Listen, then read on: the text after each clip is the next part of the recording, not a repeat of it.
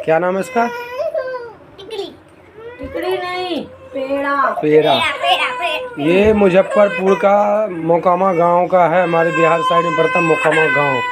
वहाँ का ये फेवरेट मिठाई है जो खुए में बनता है, यानी कि दूध को उबालकर उसको जलाकर फिर उसमें चीनी डालकर फिर उसमें बनाया जाता है।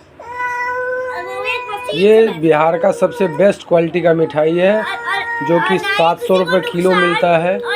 और ये किसी बंदे को मैंने बोला था, जो मेरे दुकानदार हैं उनको मैंने बोला था कि मेरे लिए लेते आना, तो उन्होंने मेरे लिए लेते आया। मैंने उन्हें सुबह पैसे भी दे दिए और मैंने कहा कि मैं किसी का फ्री में क्यों लूँ सामान, मुझे अच्छा लगा, मुझे मेरे लिए लेते आए, उसी के लिए थैंक यू सो मच। अगर वो मुझे कोई कुछ देता है तो मैं उसको थैंक यू बोलता हूँ, पैसे भी देता हूँ, क्योंकि मैं जानता हूँ कि कोई भी चीज़ फ्री में नहीं आती और बहुत दूर से आई है तो वो चीज़ का ना इम्पोर्टेंस होता है कि हमें अच्छा लगता है। मेरी बेटी बहुत खुश होकर खा रही है। वो कह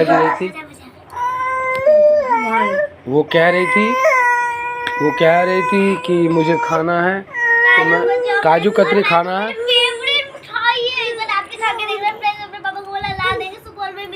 हेलो गाइस, राधे राधे। तो आप लोग भी ये खा सकते हो पेड़ा, अगर आप लोग को खाना तो ये मोकामा में मिलता है। अगर आप जिंदगी में अगर मिठाई खा ली ना तो इतनी अच्छी लगेगी, मुझे लाली छा जाएगा मिठाई को। जैसा कि आप लोगों को पता है, ठीक है, जैसा कि आप लोगों को पता है कि मुझे मीठा बहुत पसंद है, इसीलिए मेरे सर जी मैं 2 दिन के बाद दिल्ली जाने वाली हूँ, ठीक है। इसीलिए मेरी फेवरेट मेरे लिए लड्डू गोपाल लेते आए। बाकी बिहारी लड्डू गोपाल की कृपा से मेरे सर जी मेरे लिए ये पेड़ा लेके आए 250 ग्राम, और 250 ग्राम में अभी बैठ के पूरा ख़त्म कर दूंगी। हम दोनों, हमें और देवांशी मिलके। ये देखो हमारे वीर को इसकी क्या प्रॉब्लम है ये समझ में तो बिल्कुल नहीं आ रही। ये भी मांग रहा है, ये पेड़ा मांग रहा है, दवाई मांग रहा है, पता नहीं क्या मांग रहा है।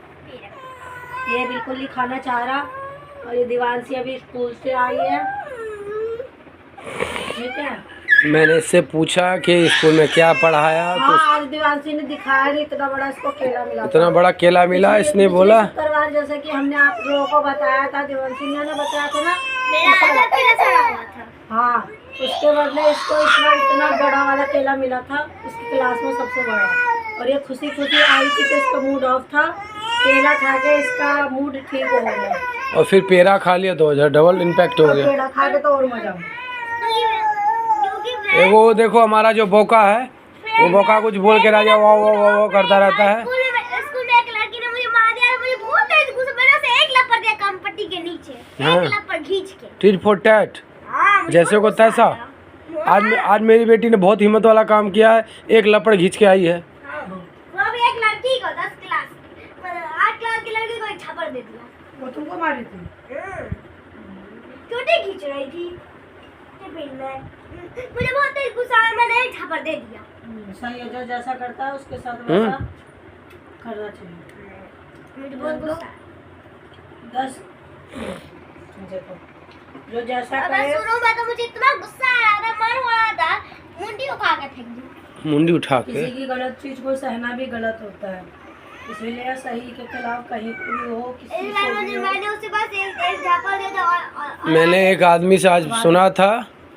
हेलो गाइस, मैं आप लोगों से एक बात शेयर करना चाहता हूँ। मैंने एक आदमी से सुना था कि लोग कहते हैं कि बच्चों को संस्कार, संस्कृति इन सब में ढालना चाहिए ताकि तुम्हें समाज में रहना है। लेकिन समाज में ना कुछ ऐसे भी रहना पड़ता है जहाँ की हमें कुछ ज़्यादा ना झेलना पड़े। पता चले समाज हम पे अन्याय करता जा रहा है, हमें मारता जा रहा है और हम उसकी बात को मानते जा रहे हैं। बच्चों को सहने के साथ साथ लड़ना भी चाहिए, चाहे समाज में लड़कियाँ हो, बच्चे हो, कोई भी हो। ये समझना बहुत जरूरी है कि कहाँ पे लड़ना जरूरी है, कहाँ पे समझना जरूरी है, कहाँ पे सहना जरूरी है। सहना जरूरी है। जिंदगी है ना, कुछ सह करके, कुछ बहुत कुछ नज़रअंदाज करके। ये चाहोगे कि सहने से ही अवार्ड मिल जाएगा तो ऐसा बिल्कुल नहीं होता है। लोग सोचेंगे कमज़ोर है, कुछ नहीं कर पाएगा, तब वो आपका फ़ायदा।